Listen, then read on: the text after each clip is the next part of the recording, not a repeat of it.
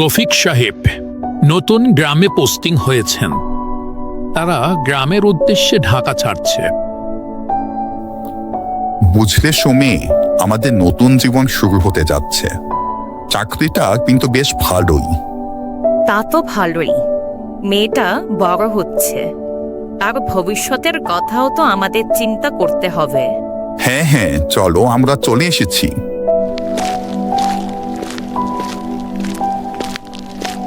থাকার জন্য শুরুতে কোয়ার্টার না পাওয়ায় গ্রামের শেষ প্রান্তের এক পুরনো বাড়ি পেয়েছিলেন।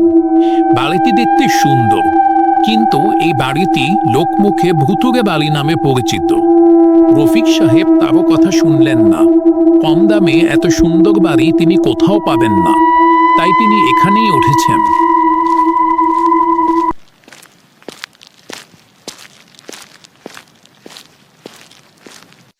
বাহ, বাড়িটা তো বেশ সুন্দর। হ্যাঁ গো, এত কমে এত সুন্দর বাড়ি পাবো তা ভাবতেও পারিনি, বুঝলে। রাত হয়ে এলো, বাড়িতে নির্জন, আশেপাশে কোনো মানুষের চিহ্ন পর্যন্ত নেই।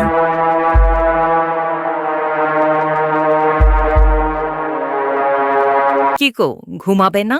হ্যাঁ হ্যাঁ, রোহি কি ঘুমিয়ে পড়েছে? হ্যাঁ, ওকে মাত্রই আমি ঘুম পাড়ালাম। আচ্ছা, তুমি যাও, আমি আসছি।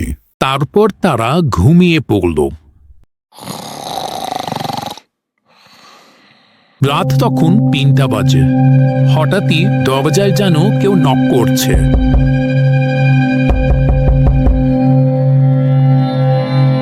এত রাতে আবার কে এলো? যাই তো, গিয়ে দেখি কে এসেছে।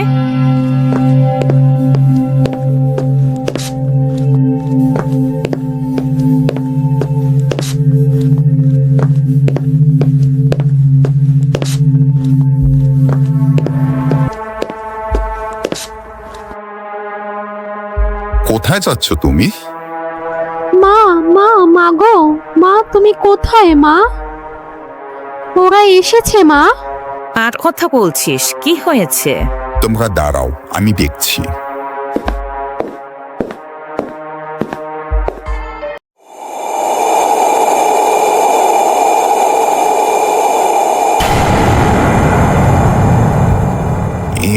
আমি কি দেখছি?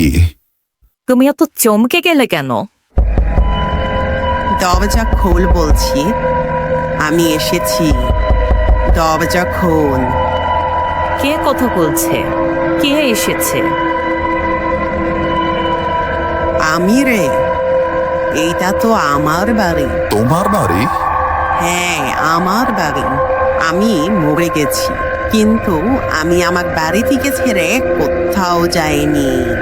দরজা খোল, আমি আমার বাড়ি ঢুকবো। গ্রামের লোকেরা আমায় নিষেধ করেছিল এই বাড়িতে উঠতে। আমার ভুল হয়ে গেছে, আমায় ক্ষমা করে দাও। আমি আর কখনোই এই বাড়িতে উঠবো না। আমি কালই এই বাড়ি ছেড়ে চলে যাব। রফিক ও সুমি কেউই সারা ঘুমোতে পারেনি। ভোরের আলো ফোটার সাথে সাথেই আপতাতি চলে যায়। পরের দিনই তারা এই বাড়িতে ছেড়ে চলে যায়।